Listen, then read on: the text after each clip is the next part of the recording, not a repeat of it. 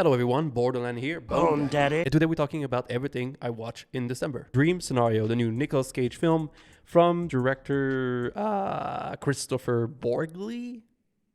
Maybe? This is the same guy that did Sick of Myself. A very crazy, weird, up movie. In Dream Scenario, Nicolas Cage plays a professor that starts showing up in people's dream and he becomes kind of a viral sensation. He becomes famous. Okay film. I think Nicolas Cage offered one of his best performance, and I think that overall there's a lot of really cool things. If you are interested in this film, do not watch a trailer. I felt like a lot of the film was already in the trailer. That kind of ruined the first hour for me. I just felt like I've seen all of this already. It's a 3 out of 5. The next thing I watched was May December, the new film by Todd Haynes. Natalie Portman, great in this. Julian Moore also delivered a great performance. Just overall a great film. One of my favorite of the year. Film that do evolve over time. It really require you to think. After about a week, it really kind of grew on me, and I did a lot of reading about it, and I thought it was a really interesting story. I recommend you go and watch it. The next thing I watch is my fiance's favorite Christmas movie, Home Alone. It's good, but I do wish there was more trap. I want like an hour of people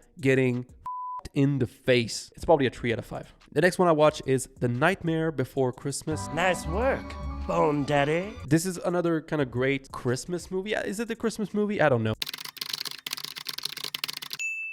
First half hour is kind of solid, 10 out of 10. You do lose quality in the songs, the catchiness and the songwriting a little bit once Jack is back in town building his plan to actually take over Christmas. Overall, it's a good film. The next film I watched, we were prepping for the episode on Monster. We watched one of his other film called Shoplifter from 2018. Heard that Monster was great. It was winning some pretty good prize around screenplay mostly. So we watched Shoplifter. Tragic story that kind of slowly unveiled itself. And I just really enjoyed the direction there. I thought it was really refreshing, even though it's quite heavy subject. I felt like there was a lot of tenderness in the way that the film delivered its message, going straight into Monster that we saw right after. Maybe a little bit more dark than Shoplifter, even though they both deal with quite heavy subject. First of all, the narrative structure of having the same story unfold 3 times from 3 different perspectives. Not the first time that it's done, but it was done very well. And one thing that I really liked, the show not tell approach to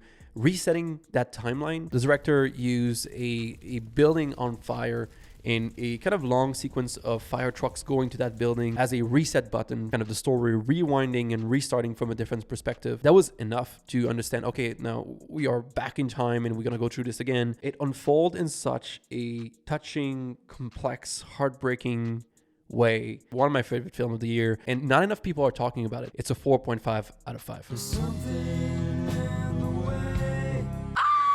Rewatched The Batman with my fiance. One of my favorites of last year. Robert Pattinson, which became like one of my favorite actor in a matter of a few years. The Lighthouse, Good Times, The Batman. The sound design is impeccable. Have my problem with the Riddler. There's definitely some of the Heath Ledger Joker in there. The Batman, 4 out of 5. The next thing I watch is Burnt, Bradley Cooper, French. Un peu plus sojacé aussi, hein? Pourquoi pas? Overall, I think it's a good film. It's a bit cliche. The posters suck. I feel like a lot of kitchen, cook, chef poster are bad. What's up with that?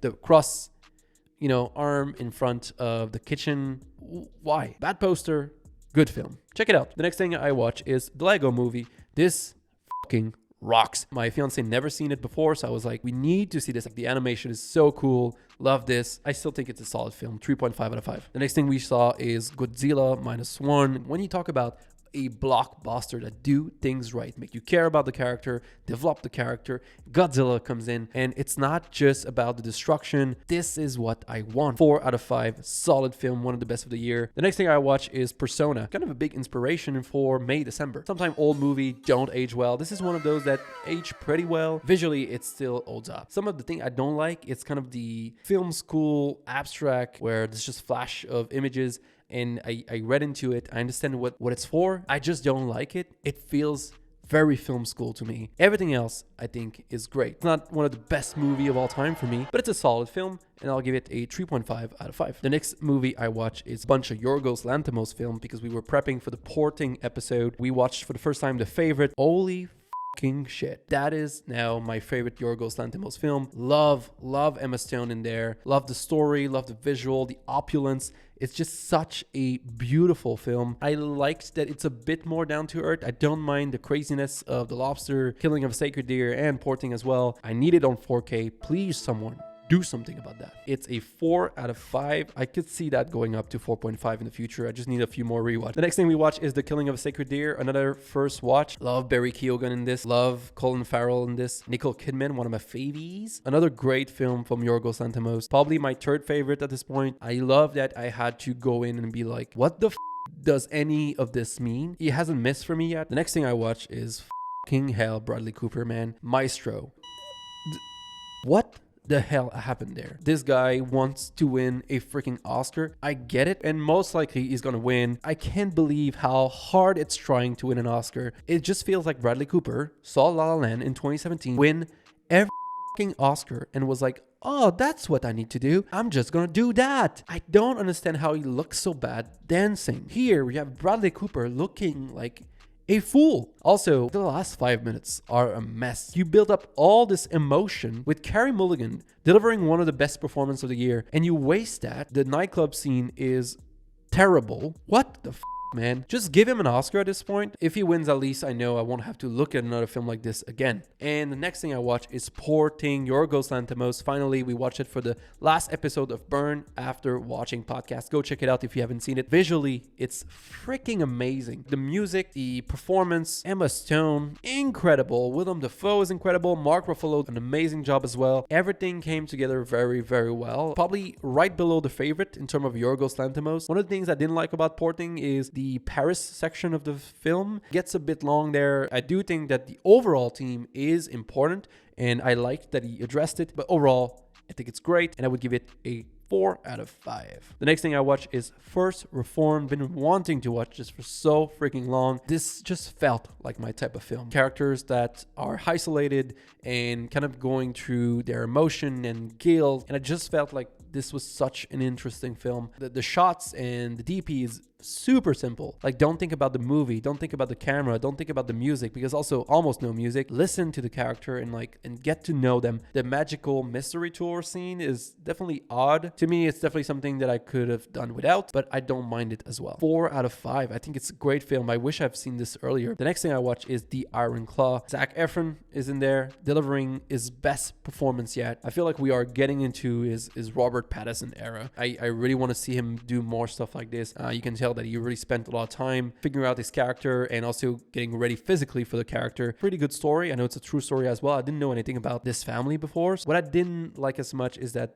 we don't spend enough time with the brothers. I feel like we only get to see their personality when it's about to be convenient, when something's about to happen. And I didn't like that. Really, for the whole film, there was a lot of pacing issue. It felt a bit all over the place. Still a 3.5 out of 5 for me, but it won't probably make it into my top 5 of the year. And the last film, Casablanca from 1942. Just great film. Rick is such a funny character. I just love spending time with him. Like, the first 5-10 minutes seems messy at first. I didn't remember it being so all over the place, but then it kind of settled down. I think the long scenes in the Rick's cafe are just great. Solid. It's a 4 out of 5 for me. And that's it. That's everything I watched in December. Make sure you check out the podcast with my fiance Mary, Burn After Watching, on the channel and also on Spotify, Apple Podcasts, and everywhere else you listen to your podcast. I'm also on Letterboxd if you want to follow me and see what I'm watching in real time. I'm Borderland. I'll see you next time.